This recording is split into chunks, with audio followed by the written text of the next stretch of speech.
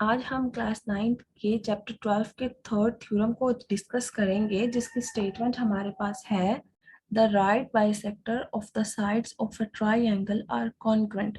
हमारे पास एक ट्राइंगल है जिसकी साइड्स के हमने क्या करने हैं, बाइसेक्टर्स लेने हैं जो हमारे पास क्या है, कॉन्ग्रुएंट है, मतलब कि एक ही पॉइंट से गुजर रहे हैं। तो सबसे पहले हम इसकी डायग्राम को समझते हैं। हमारे पास एक ट्राइंगल है ए B and C.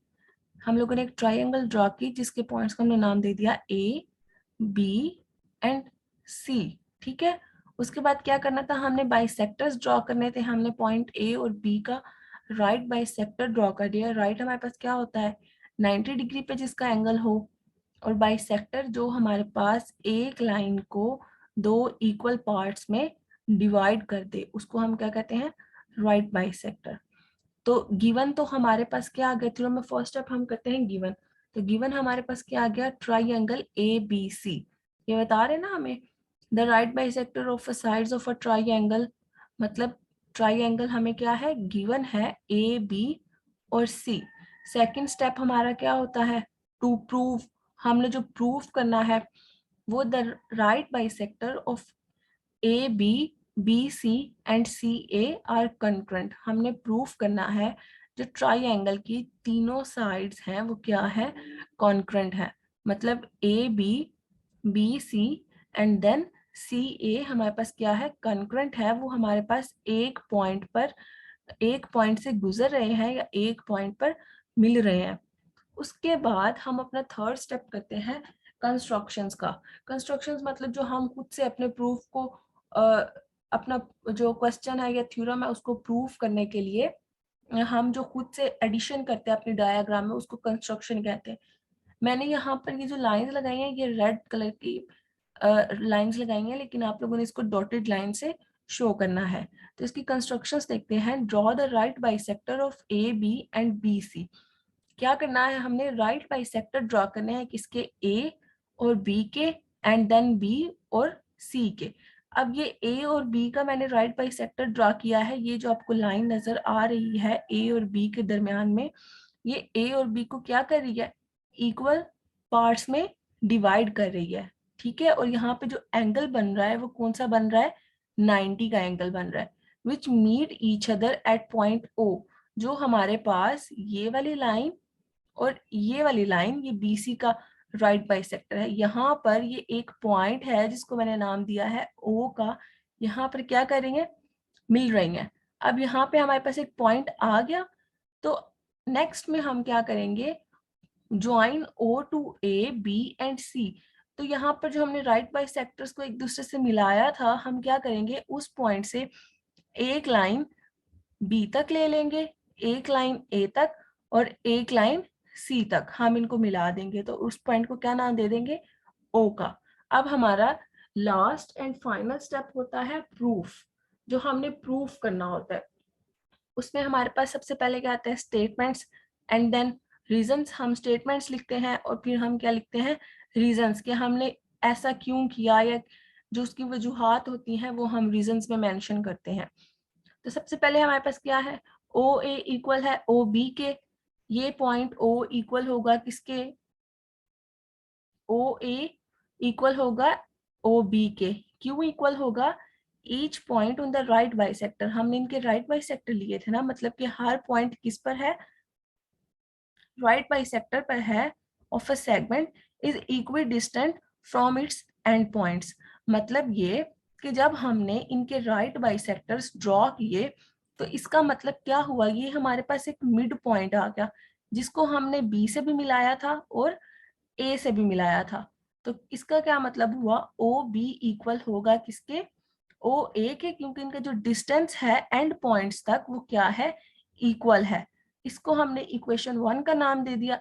Then next step में ओ बी इक्वल होगा ओ सी के। अब ये ओ है जो हमारे पास मिड पॉइंट है, तो इसका मतलब ये हुआ कि ओ बी और ओ सी भी एक दूसरे के क्या होंगे, इक्वल होंगे।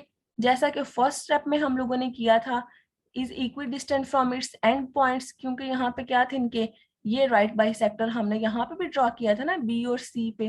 तो इसका मतलब ओ बी और ओ सी भी क्या होंगे, एक दूसरे के इक्वल होंगे। तो इसके रीजंस में हम लिखेंगे एज इन 1। अब हमारे पास थर्ड स्टेप है जिसमें ओ ए इक्वल है ओ सी के। तो अब यहाँ पर देखें, फर्स्ट स्टेप में हमने कहा था ओ ए इक्वल है ओ बी के और ओ बी इक्वल है ओ सी के। इसका मतलब कि ओ ए भी ओ बी के इक्वल है और ओ सी भी किसके इक्वल है, ओ बी के। तो हम कह सकते हैं कि ओ ए इक्वल होगा ओ सी के, क्योंकि ये दोनों साइड्स किसके इक्वल आ रही हैं, ओ बी के। तो ओ ए इक्वल होगा ओ सी के, वो हमने अपनी स्टेटमेंट के थर्ड स्टेप में लिख लिया और उसको इक्वेशन 3 का नाम दिया। और इसकी रीजंस में हमने लिखा फ्रॉम 1 एंड 2, मतलब पहली और जो दूसरी इक्वेशंस थी उसके जरिए हमने ये अपना थर्ड पॉइंट निकाला था। फोर्थ पॉइंट है point O is a right bisector of C A. Point O है जो हमारे पास क्या है, राइट बाइसेक्टर है किसका, सी और ए का। O इज, इसके रीजंस में O is equidistant from A and C। अब हमारे पास देखें, फर्स्ट स्टेप में हमने कहा था कि O का जो डिस्टेंस है, फर्स्ट स्टेप मतलब जो इससे पहले वाला स्टेप पर थर्ड स्टेप स्टेटमेंट्स में, उसमें पॉइंट OA और OC को हमने क्या कहा था, ये दोनों पॉइंट्स क्या है, एक दूसरे के इक्वल है। इसका मतलब पॉइंट ए और सी क्या होंगे, एक दूसरे की उनकी जो डिस्टेंस होगी वो इक्वल होगी। तो वो हमने लिख लिया, यहाँ पे इक्वल होगी मतलब वहां पे एक राइट बाइसेक्टर ड्रा हुआ होगा। तो O is equidistant from A and B, ये इसकी रीजंस आ गई। देन नेक्स्ट स्टेप है put point O is on the right bisector of AB and BC। Put point O, जो हमारे पास पॉइंट O है, ये वाला पॉइंट जिस जहां पे सारे पॉइंट्स क्या कर रहे हैं, मीट कर रहे हैं, मिल रहे हैं या गुजर रहे हैं जिस पॉइंट से सारी लाइंस, उसको क्या हमने कहा था, पॉइंट O। वो राइट बाइसेक्टर है किस पर, ए बी पर और बी सी पर। ये हमने कंस्ट्रक्शन में कहा था ना कि हमने राइट बाइसेक्टर्स ड्रॉ करने हैं ए बी पर और बी सी पर, जिसको हम लोगों ने पॉइंट ओ का नाम दिया था। तो वही स्टेटमेंट में लिख रहे हैं कि पॉइंट जो ओ है वो राइट बाइसेक्टर है ए बी पर एंड बी सी पर। वो हमने यहाँ पर लिख लिया और इसको इक्वेशन 5 का नाम दे दिया। और यहाँ पे हमने रीजंस मेंशन कर दिए कंस्ट्रक्शंस, क्योंकि ये हम लोगों ने पॉइंट कहाँ से लिया है, कंस्ट्रक्शन से लिया है। अब देखें, हमारे पास ओ ए इक्वल था ओ बी के और ओ बी इक्वल था किसके, ओ सी के। उसके बाद हमने क्या किया कि ओ सी और ओ ए को इक्वल कह दिया, क्योंकि ये दोनों पॉइंट्स हमारे पास ओ बी के इक्वल थे। इस तरह से ही था। देन हमारे पास जो पॉइंट ओ था वो राइट बाइसेक्टर था किसका, ए सी का। अब वो ए सी का राइट बाइसेक्टर था और हमने अपनी कंस्ट्रक्शन में क्या किया था, दो राइट बाइसेक्टर्स ड्रॉ किए थे, ए बी पर और बी सी पर, और उसको पॉइंट ओ का नाम दिया था। मतलब जो ओ है वो हमारे पास राइट बाइसेक्टर किसका हो गया, ए बी का भी राइट बाइसेक्टर हो गया, बी सी का भी राइट बाइसेक्टर हो गया और ए सी का भी राइट बाइसेक्टर हो गया। इसका मतलब कि तीनों पॉइंट्स हमारे पास इस पॉइंट ओ से ही गुजर रहे हैं और हमने यही थ्योरम में प्रूफ करना था। तो हम फिर दोबारा से स्टेटमेंट में लिखेंगे the right bisector of three sides are congruent.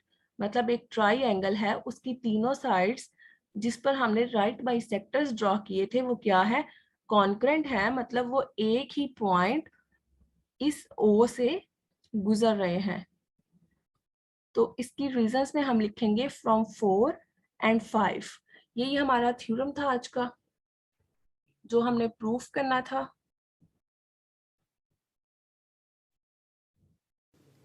Thank you so much for watching my video.